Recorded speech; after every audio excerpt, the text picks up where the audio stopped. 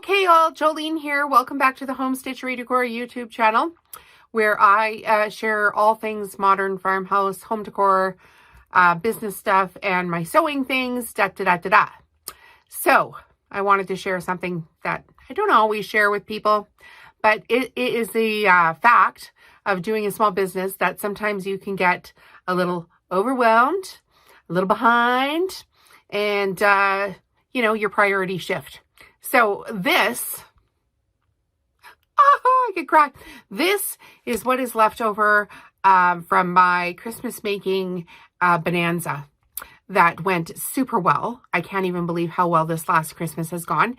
It is the end of December 2022, and I've had a fabulous year. So fabulous, in fact, that I haven't even been on YouTube pretty much since October. I did just shoot a rug video, so I'm not sure what order I'm going to put those up in. But this is the pile that I am working on right now. So I'm going to shoot a bunch of videos and try to work my way through some of this mess. And we'll see how the pile gets down here throughout the month of January. And hopefully by the end of January, that pile will be at nothing. And if it isn't, I don't know what I'm going to do. Not start a new pile, that's for sure.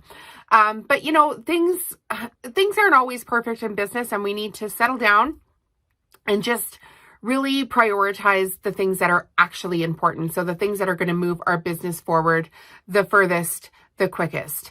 And while I was sewing a massive amount of stuff for Christmas markets, I actually just left piles of stuff, you know, kind of setting. The whole counter there was covered with things. The last couple of days, of course, I'm trying to get the pile more sorted out. So it's actually very neat under there. It's just like section under section under section. And there's different cuts and styles of fabric underneath there. So I'm going to work my way through it.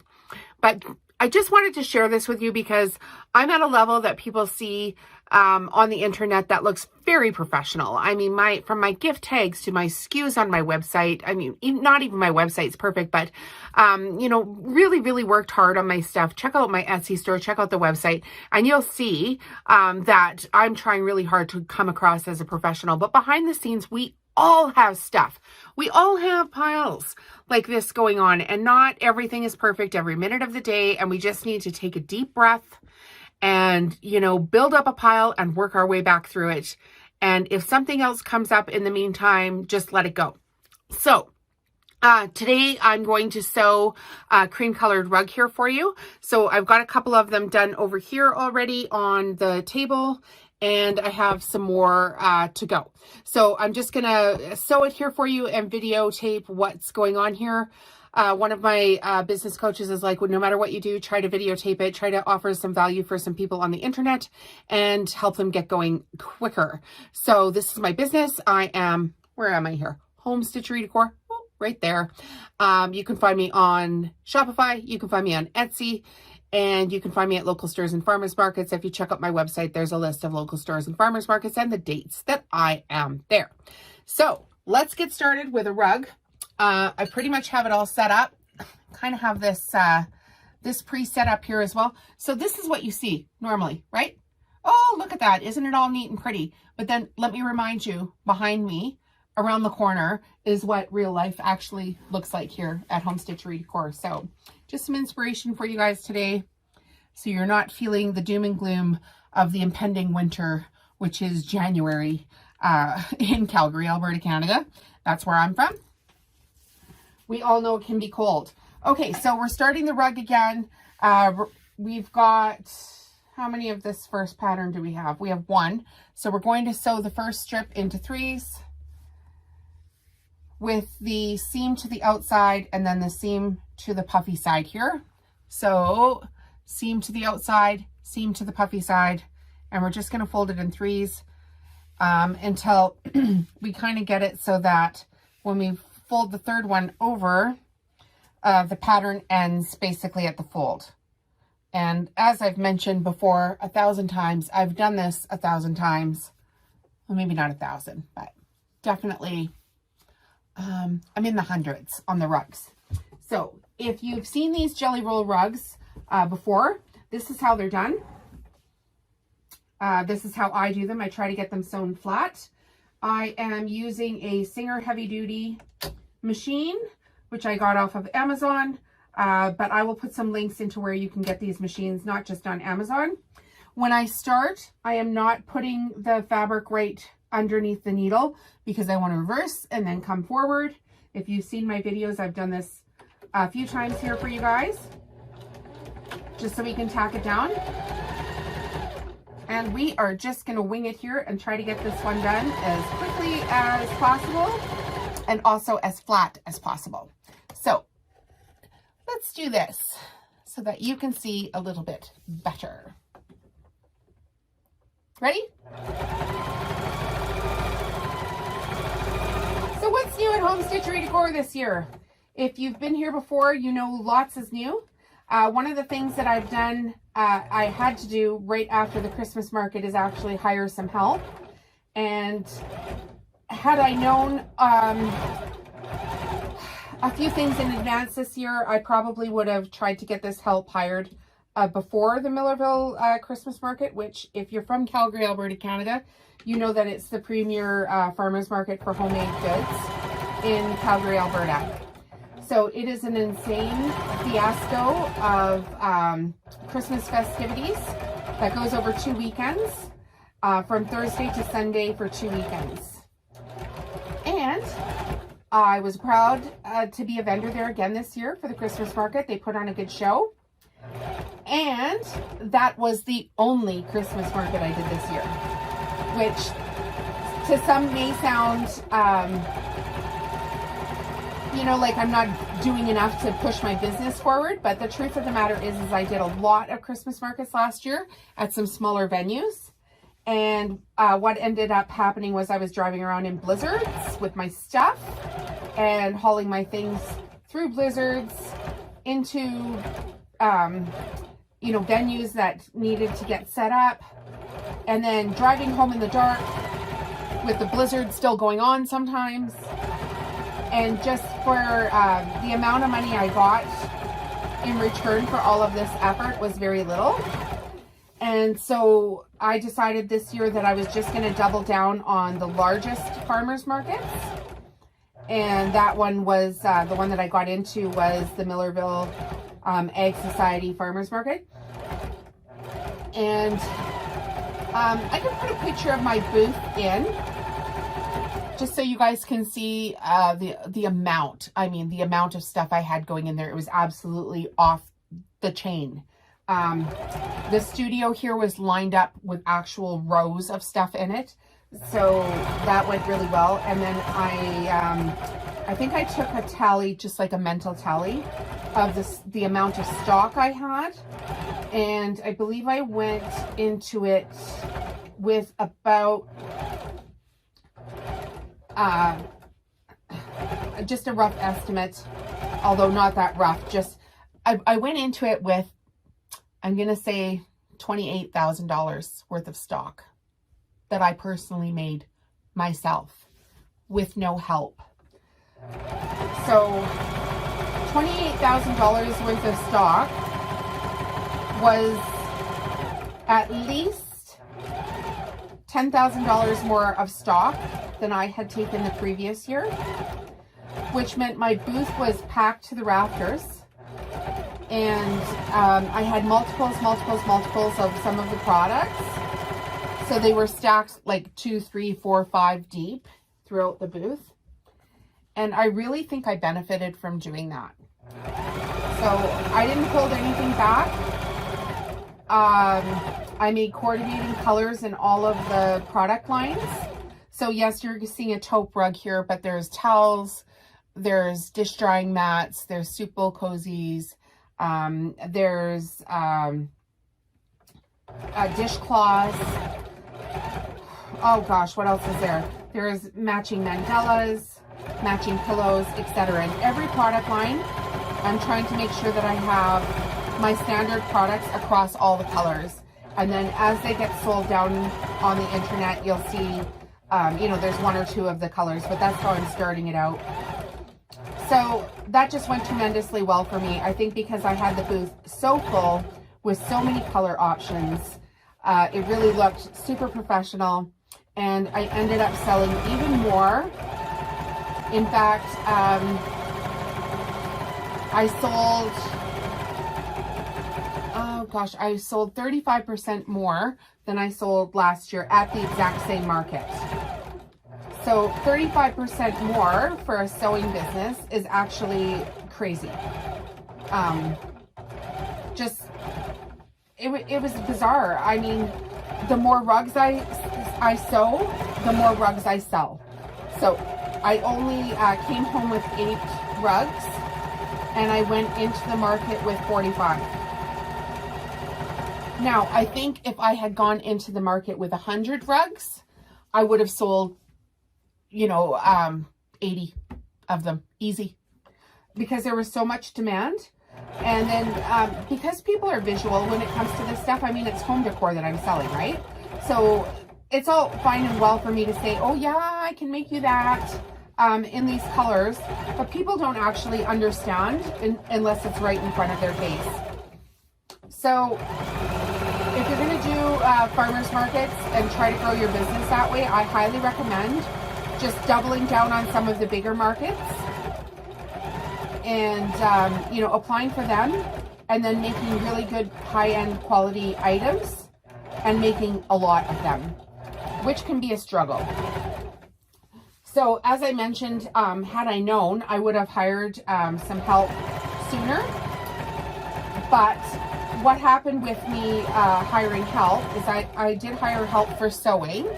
So what's happening is there's a team of sewers right here in Calgary that are actually sewing the strips of these now. So this is 2.5-inch quilt cotton fabric, and it's double folded over batting.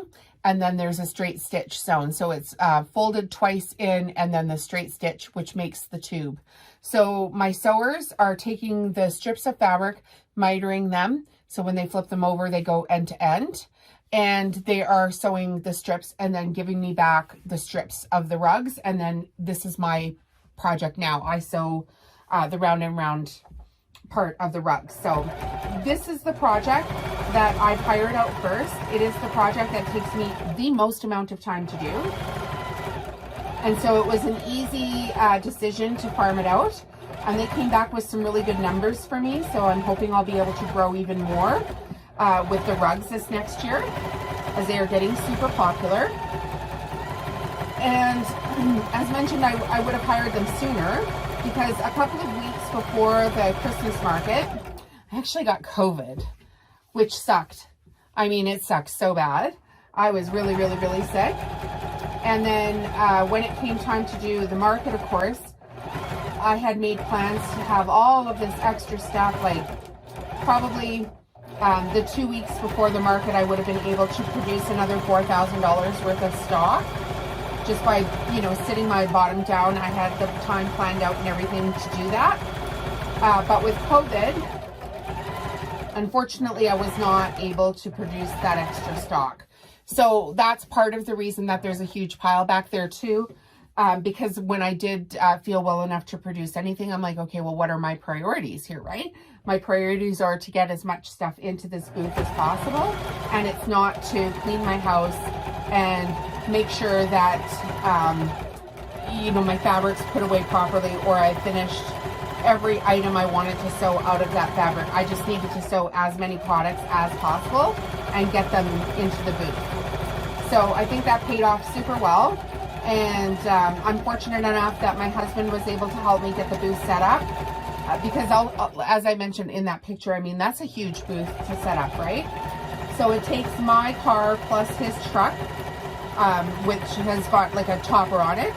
And my car is a Chevy Equinox, so it's not huge, but it does pack a lot of products for me. So it takes both of those to get this amount of product out to the store, out to the market.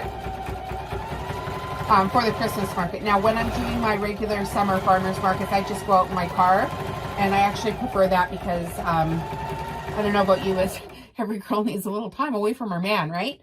So, yeah, I go out to those ones by myself. So I think, as I'm growing my business, I think it's most important to, just try to figure out which products are going to sell the best, make a lot of them in pretty colors, and then cut the crap.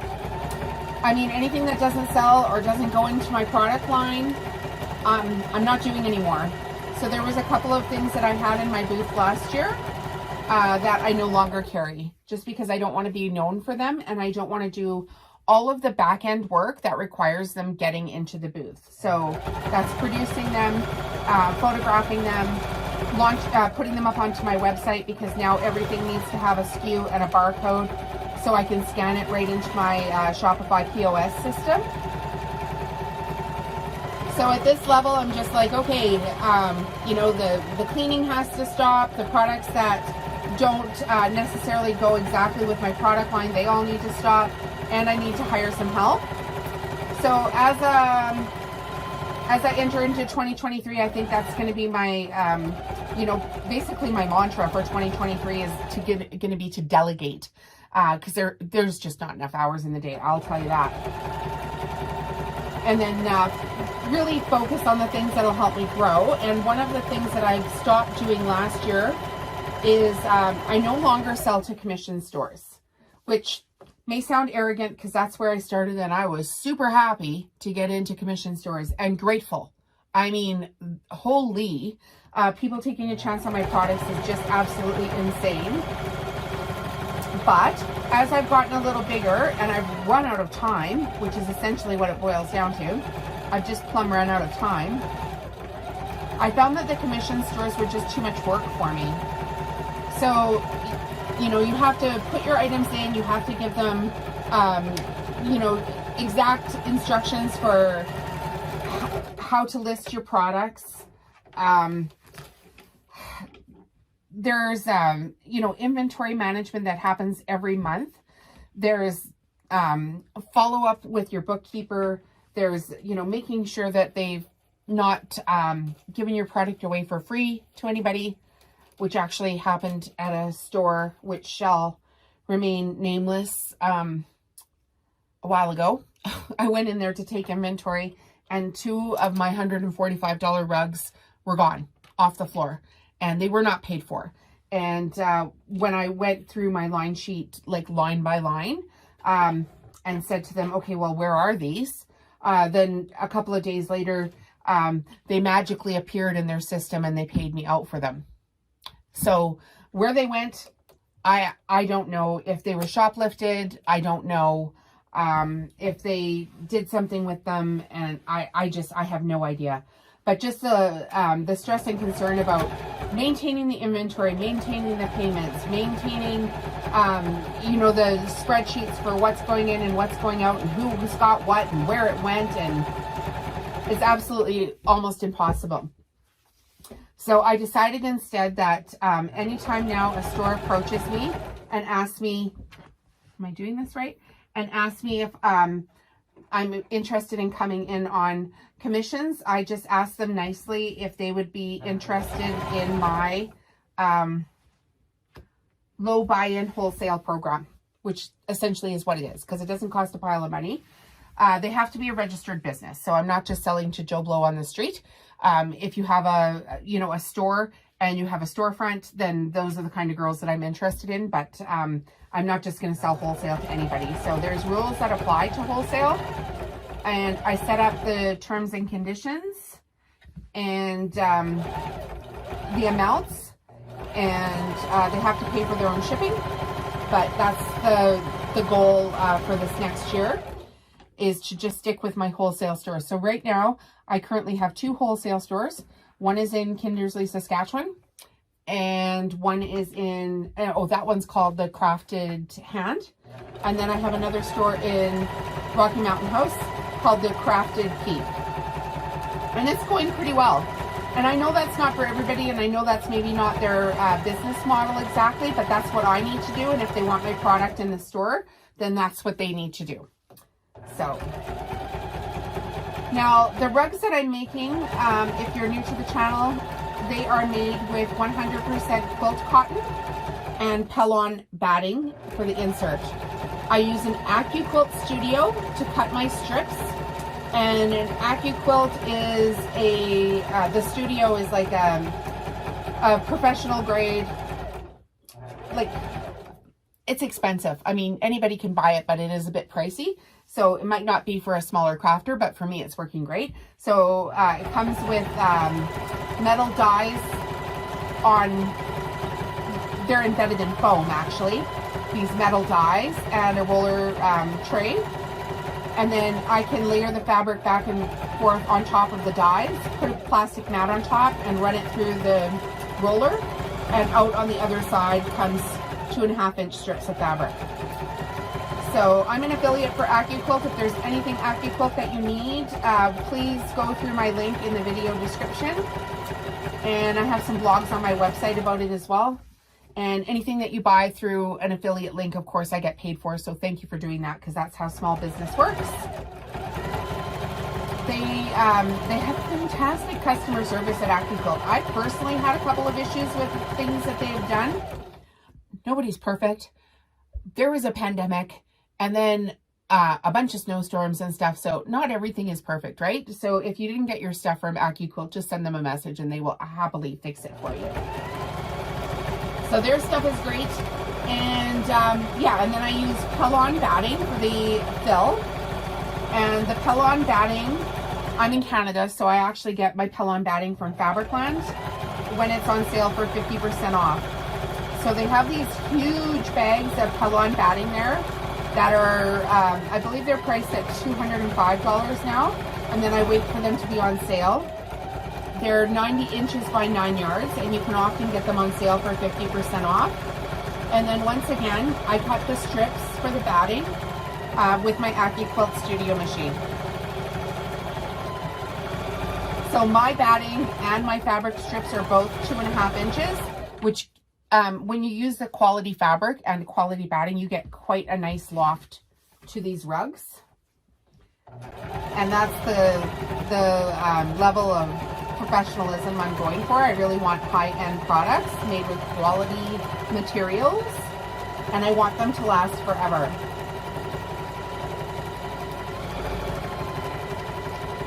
And I want repeat customers. It is so much easier to sell to somebody that's already bought my stuff than it is to acquire a new customer. So crazy. And because I'm working in like a small niche market and I do a lot of local farmers markets, there are so many people that come back and buy and buy and buy again and again. So that is just the best compliment ever, is to bring your girlfriend to my booth and stand there and tell me basically, I bought this and now I brought my friend to you. There's no better feeling. So one of my loyal customers that's always coming out to the farmers market, she came and saw me the very first day of the Christmas market, because everybody knows the first day is the best day, right? First day, best day.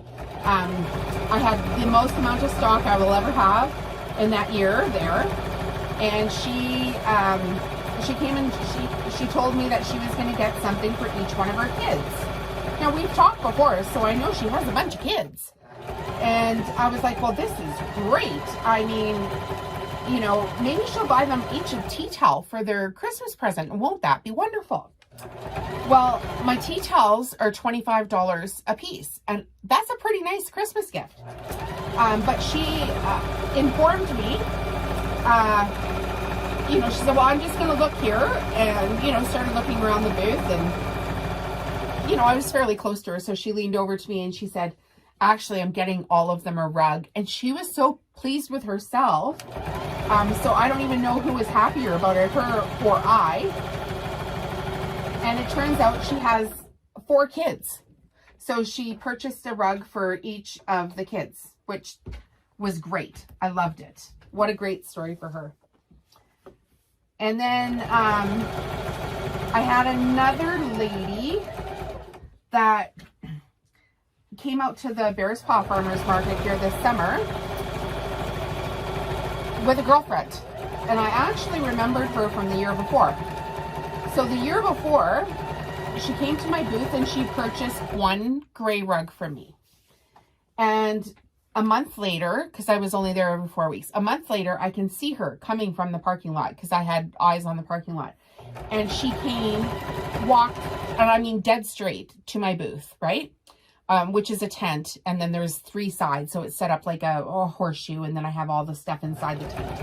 Anyway, so she came straight to the front of my tent, made a right-hand turn, and pointed up to the back corner where I had another gray rug hanging. And she said to me, "That's mine." And I was taken aback. I was like, "Oh my goodness, okay, really?" And she said to me, "Yes, I was here a month ago and I got a gray rug. And then I came back the following week and you weren't here," which is true because I only come every 4 weeks. And so she said she went onto my website and she found the part of my website that says local stores and farmers markets. And she figured out the next date that I was going to be at Bears Paw. And she showed up and she bought a rug. Bought the second gray rug. So this summer, she comes into my booth and I recognize her because it's not a big area, right? And she came in with a girlfriend. And the girlfriend, I want to say she was from Manitoba. I think she was from Manitoba. Anyway, she came in and she said, "Yeah, I've been staying with my friend all week and isn't it nice?" And her friend's like, "Yeah, I showed her all your rugs and we just came today. We went on your website again and we figured out when you were going to be here. And we're lucky enough that you're going to be here while she's here traveling. So we decided to pop down to the market today." And so her friend was like, "Yes, those gray rugs, they're just amazing." So she had me, I had 3 in the booth that day. So she had me pull them down, you know, because they're hanging in a tent, right? They're hanging up along the outside walls of the tent. And she had me pull them down, which is, you know, quite often the procedure when people are shopping for things in my booth. They pull it out and look at it and compare it to the other one. And, oh, is this one bigger? And, you know, do I like the pattern of this one or that one, whichever. And so I had all 3 rugs kind of hung up there. They were different sizes, different patterns. And she said to me, "Would you mind wrapping them all up? We're going to go get some vegetables." I was like, "Are you?" So she bought all 3 rugs, which is an ongoing joke in this house because honestly, I cannot keep gray rugs on the website, in the booth, anywhere. The gray rugs always go first. The gray and the cream, actually, which is why I'm making more today, I guess. But yeah, the gray and the cream always go first. So I was so pleased. I texted my husband and I said, "Oh my goodness, you're not going to believe it. Those 3 gray rugs I sewed this week are gone." And he said, "Oh, I guess you better make some more." And I said, "Oh, I beat you to it. I woke up early this morning, so there's one on the machine." And he offered to come in here and sew it for me, but we all know how that would go. So I declined the offer. So anyway, yeah, it's pretty exciting. This is what's happening here. We're selling wholesale. We're selling more rugs. And this next year, I'm really going to double down on the amount of rugs that I make that are in the same pattern. So I used to do all where it was like, this is all one of a kind. Everything's one of a kind. But I'm selling so many now, and they're going so well that I really need to make, I'm hoping for like 5 of each color when I'm doing them, 5 to 10. And that means buying fabric by the bolt, etc., etc. But that way, when I sew the rug, I can make a video, which I'm doing now, and I can photograph the rug for my website and get everything,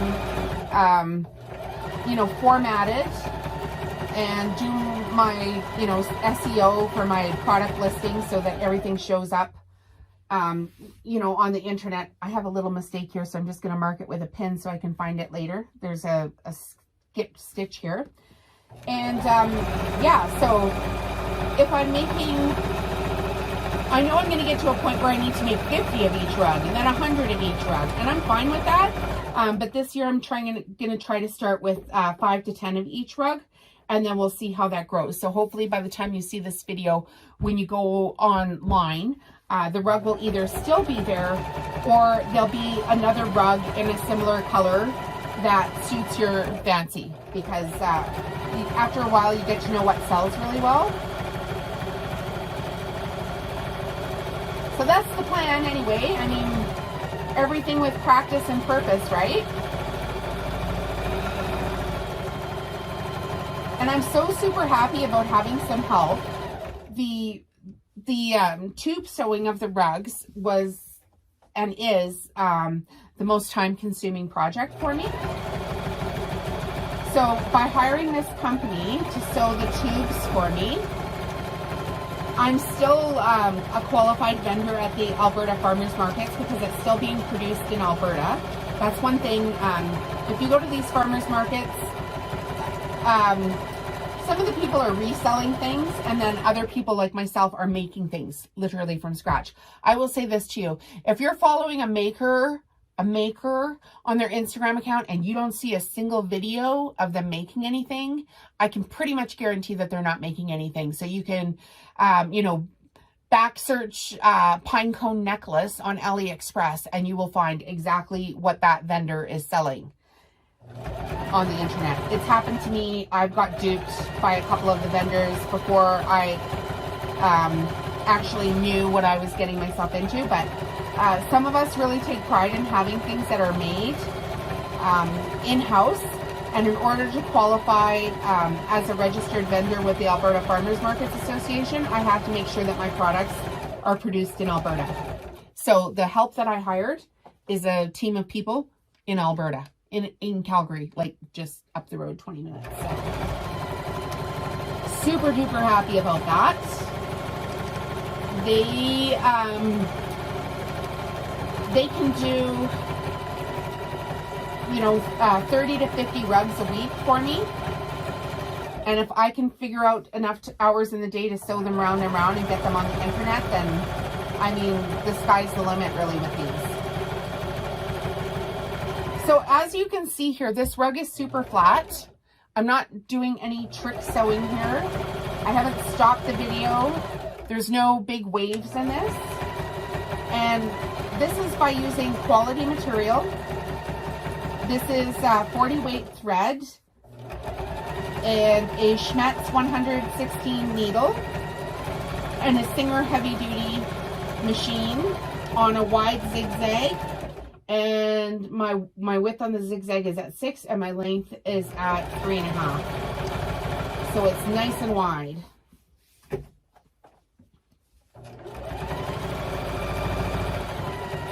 And the tables here, you can get tables like this from Sewing World. I'm an affiliate for them as well. They have awesome machines and tables with drop downs, which is what you need for this project. You need a table with a drop down. If you don't have a table with a drop down, you can do this by using these mats. This one's a Fiskars, and setting this on a kitchen table with another table off to the left. There's a table here to the left. I can show you. See down here, table to the left. And then, oh, okay, big reach there. Yeah, so just set up a table in an L shape, and then your machine obviously is going to be a bit higher, but you can stack these mats up so they're flat, get a couple of them, and put books underneath so that they're the same height as the sewing machine. And then this is how, you know, you're pushing it forward, but you've also got this over here that needs to be flat, or, well, it helps if it's flat, and that way, oh, excuse me, you're not pushing or pulling on the fabric. And another thing I tell people is you'll see all of these videos where people have rolled this, these strips up into a yarn ball. And gosh, don't they look cute. But that will actually twist your fabric, because by the time you wind that up into a ball and then sew it, you've already trained your fabric to be twisted. So I highly recommend not doing that.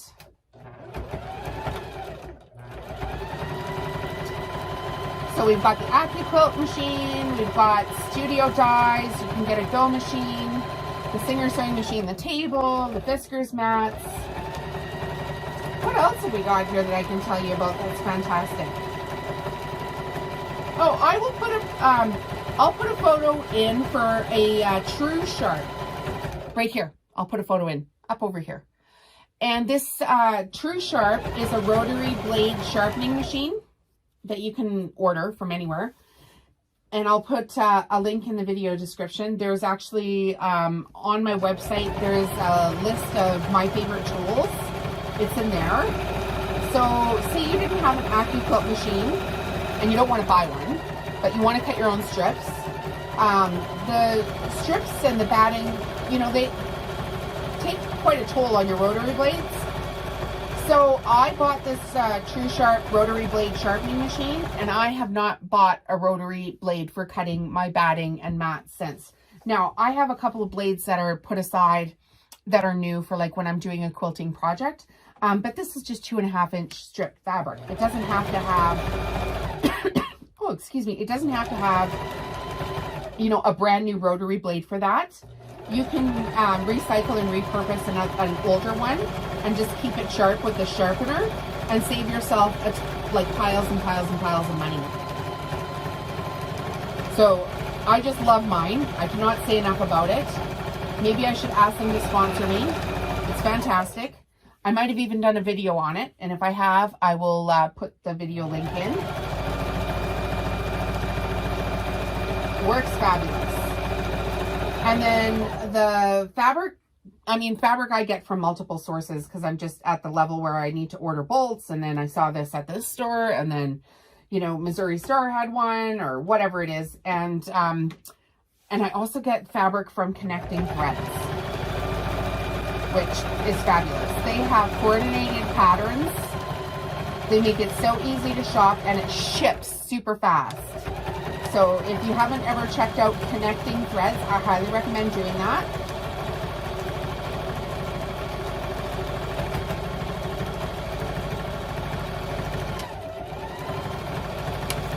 So we're almost done this rug here.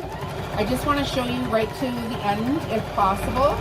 I'm not pushing this rug at all. I'm keeping this nice and loose. And the only thing I'm doing here is just picking this edge up as it goes around, just to take a little bit of the weight off of it. So that way when it's feeding through the machine's not pulling. Because as soon as you push or pull anything on this project, you will get a wave. And once you have a wave, that's it. You will always have a wave. Now at the end, I always iron my rugs because there is, you know, a couple little bumps in here. And when I iron them down with Mary Ellen's Best Press. I love, love, love that stuff. The lavender is my favorite. Love the lavender.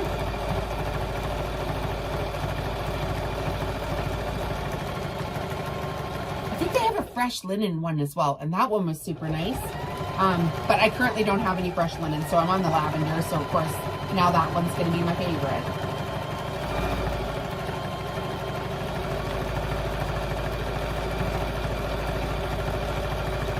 So the rugs are on my Shopify store, and then I do have products as well, just not as many on my Etsy store. It's a little bit more expensive on Etsy, just because I price them to cover my fees. So Etsy is a wonderful platform. I absolutely love them, but they do charge fees, and fees are expensive, and somebody has to pay the fees. So I've worked out a profit margin for my rugs, and no matter where I sell them, they have to fit within that profit margin. So if you want to shop on Etsy, you're more than welcome to do that, or you can shop directly on my Shopify store. And then you'll notice when you're on my Shopify and my Etsy stores that I have a lot of products that are in the what they call print on demand category. So what's happening with that is I've started designing my own repeat patterns. So like this is a repeat pattern, this is a repeat pattern, this is a repeat pattern, and you can own your own patterns, right?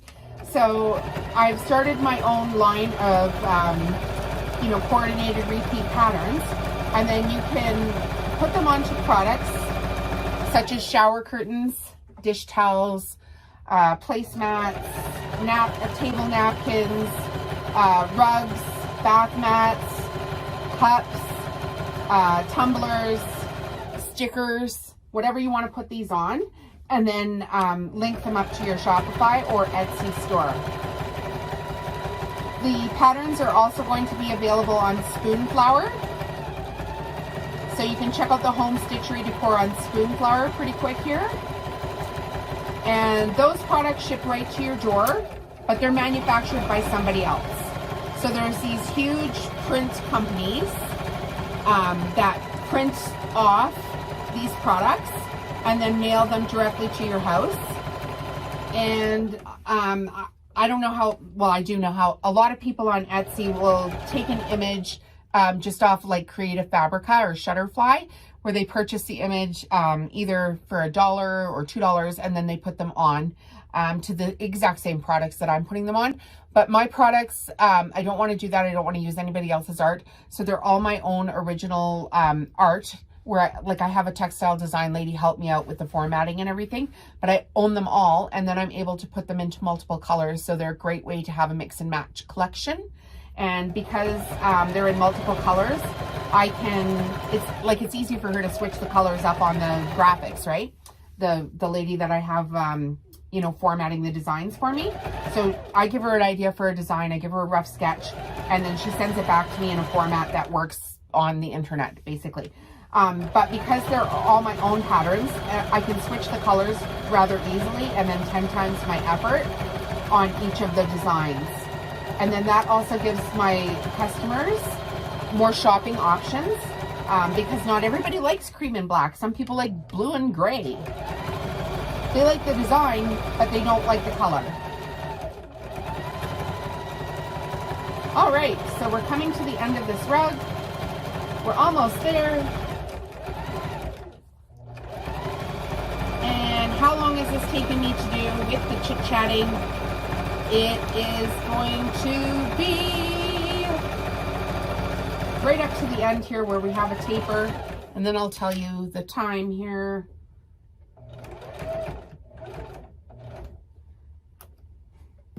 This part is a little fussier. I want to make sure. This is just that purple thing, if you're wondering what I'm doing. And I just want to squish this tapered end right in close. So I don't particularly want to sew my fingers. So instead I have this plastic thing that fits underneath the presser feet and goes down quite nicely. And I just want to make sure that end's secure. So that's it. This rug took 42 minutes and 3 seconds to sew. And that's it for today from Home Stitchery Decor. We'll see you guys later. Thank you for shopping all the links. I really appreciate it. That doesn't cost you a penny more. And thank you for my dog Cinnamon, who is under my feet. Have a great day, guys.